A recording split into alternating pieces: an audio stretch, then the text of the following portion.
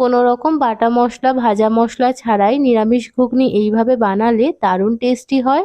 ঘুগনিটা বানানোর জন্য প্রথমে গ্যাস অন করে কুকার বসিয়ে দিয়েছি। কুকারে জল দিয়ে দিয়েছি ভিজিয়ে রাখা মটর।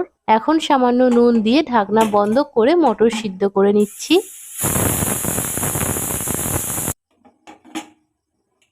কুকারে দুটো সিটি দিয়ে মটর সিদ্ধ করে নিয়েছি। হাত দিয়ে একটু চাপ দিলেই ভেঙে যাচ্ছে। এখন গ্যাসে কড়া বসিয়ে দিয়ে কড়াতে দিয়ে দিলাম সর্ষের তেল। তেলের ওপর দিয়ে দিলাম একটা তেজপাতা, দুটো শুকনো লঙ্কা, গোটা গরম মশলা আর হাফ চা চামচ গোটা জিরে।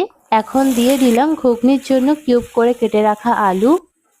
আলু একটু লাল করে ভাজা হয়ে গেলে দিয়ে দিচ্ছি কয়েকটা চেরা কাঁচা লঙ্কা, একটা টমেটো কুচি আর আদা বাটা। আলুর সাথে সবকিছু খুব ভালো করে মিশিয়ে নিয়ে দিয়ে দিচ্ছি পরিমাণ মতো নুন, কাশ্মীরি লঙ্কার গুঁড়ো, হলুদ, চিনি। এবারে আলুর সাথে সমস্ত মশলা ভালো করে কষিয়ে নিচ্ছি। এখন এর মধ্যে দিয়ে দিচ্ছি সিদ্ধ করে রাখা মটর।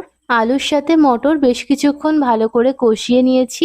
এখন এতে দিয়ে দিচ্ছি মটর সিদ্ধ জল।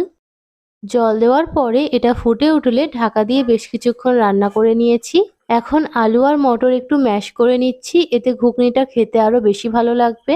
এখন ওপর থেকে অল্প গরম মশলা আর ধনেপাতা কুচি ছড়িয়ে ঘুগনির সাথে একবার মিশিয়ে নিয়েছি। কোনো ভাজা মশলা বা বাটা মশলা ছাড়াই সম্পূর্ণ নিরামিষ ঘুগনি একদম তৈরি।